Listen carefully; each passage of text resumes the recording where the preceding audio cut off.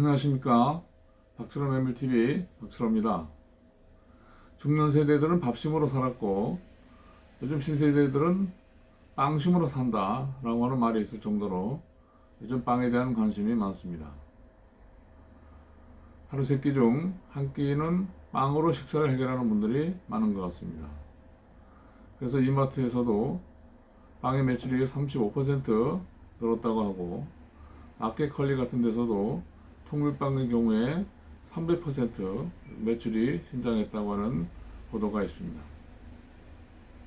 인터넷에도 집에서 간단히 만들어 먹을 수 있는 제빵 정보들이 많습니다. 대부분 밀가루로 만드는 빵입니다만 메밀빵도 있습니다. 메밀빵은 대부분 20-30% 정도의 메밀가루가 들어가지만 레시피에 따라서는 50% 밀가루와 반반씩 메밀가루를 섞는 경우도 있고요. 또 다른 레시피에는 메밀가루로만 만드는 빵도 있습니다. 오늘은 메밀빵에 대해서 메밀빵을 만들 때 열 처리를 하면 어떤 점이 좋은지 소개해드리고, 메밀식문화에서는 세 가지 가루, 즉 보통 메밀, 밀, 또 타타르 메밀, 이 세 가지 가루로 반죽한 컴바인 브레드, 혼합 메밀빵에 대해서 소개해드리고자 합니다. 메밀빵을 만들 때 메밀 가루 반죽에 열 처리를 하게 되면 어떤 효과가 있는지 알아보고, 보통 메밀, 밀, 타타르 메밀 세 가지 가루를 반죽을 해서 만든 혼합 메밀빵에 대해서 알아보겠습니다.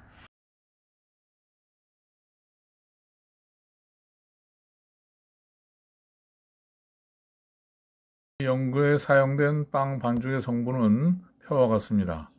밀가루 70%, 메밀가루 30%, 이스트 1.3%, 설탕 6%, 소금 2%, 무지방 분유, 그리고 쇼트닝 각각 3%, 유화제, 소디움 스테어릴 락테이트 0.5%, 항산화제, 아스코르빈산 0.01%, 그리고 물 약간입니다.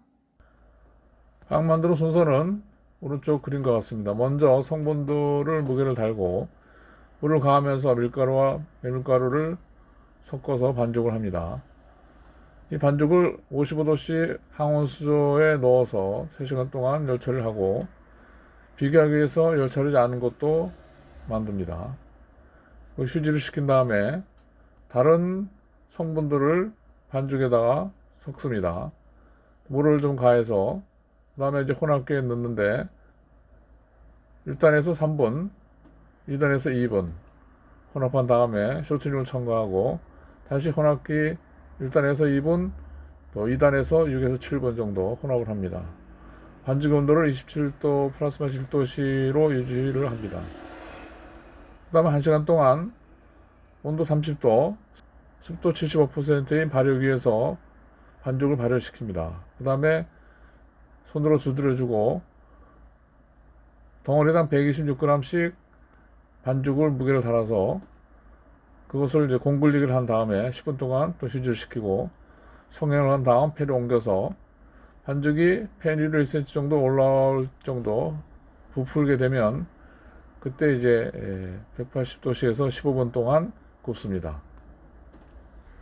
빵 반죽 시 휴지 시간이 빵 성질에 어떤 영향을 미치는가를 본 건데요. 비열 처리와 열 처리를 구분해서 봤을 때 반죽을 55도 항온 수조에서 3시간 넣었다가 꺼내는 열 처리를 하게 되면 빵 부스러기 상태를 나타내는 그레인 스코어링이 비열 처리 3에서 열 처리 4로 조금 높아집니다. 다소 불만족스러운 상태가 되는데요. 즉 부스러기의 공극, 구멍이 커지고 세포벽이 두꺼운 상태가 되는데, 반면 찰기는 줄어들고 반죽 다루기는 비열 처리 2-3에서 열 처리 4 또는 5로 좋아지는 결과를 나타냅니다. 빵 반죽에 쇼트닝을 첨가했을 때 쇼트닝이 빵 성질에 어떤 영향을 미치는가에 대한 결과입니다. 비열 처리의 경우 그레인 스코어링이 2.5에서 3, 찰기는 0.40에서 0.41, 핸들리 프로퍼티는 2에서 3, 비율 처리는 그레인 스코링이 3.5에서 4, 찰기는 0.34에서 0.39, 핸들리 프로퍼티는 3에서 5, 이렇게 비교가 됩니다. 열 처리 후 7% 쇼트닝을 첨가하면 부스러기 상태는 비열 처리 쇼트닝 7%에 비해서 약간 더 구멍이 크고 찰기가 줄어들고 반죽 다르기는 좋아지는 결과를 나타냈습니다. 종합적으로 보면 5%가 쇼트닝 농도로서는 가장 적합한 것으로 그렇게 볼 수가 있습니다.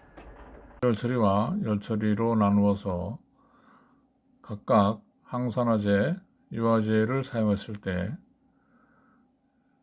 빵 성질에 어떠한 변화가 생기는지 살펴보면 비열 처리 시 항산화제와 유화제의 사용은 무처리에 비해서, 즉 아무런 첨가제를 사용하지 않은 경우에 비해서 부스러기 구멍이 커지고 세포벽이 두꺼워지며 찰기가 줄어드나, 열 처리 시 항산화제와 유화제 사용은 무처리에 비해서 빵 성질의 변화가 거의 없었습니다.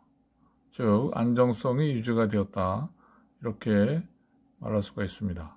반죽을 55도 항온 수조에서 3시간 넣었다가 꺼내는 열 처리를 하게 되면 비열 처리한 반죽보다 발효할 때 반죽이 부풀어 오르는 정도가 다르더라 하는 것을 알 수가 있었습니다. 이 그래프에서 보시는 것처럼 발효가 시작해서 20분 지나면서부터 열 처리한 것은 비열 처리보다 팽창 정도가 더 이렇게 높은 것을 알 수가 있습니다. 이것은 열 처리 시 쇼트닝, 항산화제, 유화제가 반죽 팽창에 어떠한 영향을 미치는지에 대한 결과입니다. 왼쪽 그래프는 쇼트닝을 3, 5, 7% 반죽에 첨가했을 때 반죽 팽창에는 거의 영향을 미치지 않았다는 결과가 되겠습니다. 그러나 일반적으로 반죽에 쇼트닝을 첨가하면 더 오래 부풀어서 덩어리 부피가 증가하는 경향이 있는 것으로 알려져 있습니다. 이것은 반죽의 수분 증산 및 이산화탄소 투과성 변화, 전분 젤라틴화 과정에서 반죽 점성 증가, 단백질 변성 지연 등과 같은 현상에 기인하는 것으로 알려져 있습니다. 오른쪽 그래프는 항산화제와 유화제는 반죽 팽창에 영향을 미쳤다는 결과입니다. 즉 가루의 단백질 또는 전분 과리 표면의 결합을 강하게 하고 반죽에 점성이 있는 흐름성을 좋게 해서 가스버블, 즉 기체 기포를 팽창시키는 양상으로 반죽 팽창에 영향을 미쳤다는 결과가 되겠습니다. 메밀식문화에서는 보통 메밀, 밀, 타트라 메밀 세 가지 가루로 반죽한 혼합 메밀빵을 만들어 보겠습니다. 먼저 재료는 보통 메밀은 보통 메밀 가루를 400ml의 끓는 물로 열 처리한 다음 식혀서 사용을 했고, 700g의 밀가루, 그 다음에 30g 이스트, 18g 소금, 10g 설탕, 그 다음에 300ml 추가적인 물, 이렇게 재료가 쓰여졌고요. 밀가루는 1kg의 밀가루에 20g 이스트, 18g 소금, 10g 설탕, 그 다음에 10g의 버터나 또는 마지린, 그 다음에 650 내지 700ml의 물, 그 다음에 타타리 버크윗은 쓴메밀이죠. 이것은 300g의 쓴메밀 가루, 700g의 밀가루, 그 다음 30g 이스트, 18g 소금, 10g 버터 또는 마지린, 650 내지 700ml의 물, 이렇게 해서 만들었는데요. 우선 각 레시피대로 각각의 반죽을 부드럽고 연하며 차지지 않게 만들어서 15분간 시절시키고, 반죽 무게를 달아서 보통 메밀과 타타리 메밀은 각각 400g, 밀가루를 200g으로 이렇게 무게를 달아서 각 반죽을 따로따로 직사각형 모양으로 이제 말아서 그 마른 접촉면에 물을 뿌려준 다음 서로 다른 반죽을 각 반죽 위에 올려줍니다. 그 다음에 반죽을 타이트하게 말고 기름칠한 굽는 접시에 넣어줍니다. 반죽이 30에서 45분 동안 부풀어 오르게 되면 200에서 180도의 온도로 오븐에서 40 내지 45분간 구워줍니다. 네, 그렇게 해서 잘 구워진 호랍 메밀빵이 되겠습니다. 맨 바깥쪽에 엷은 노란색은 보통 메밀이고요. 그 다음에 그 안쪽에 하얀 것이 밀가루입니다. 그 다음에 이제 안쪽에 이 좀 진한 노르스름한 빛깔을 나타내는 것이 타트레 메밀입니다.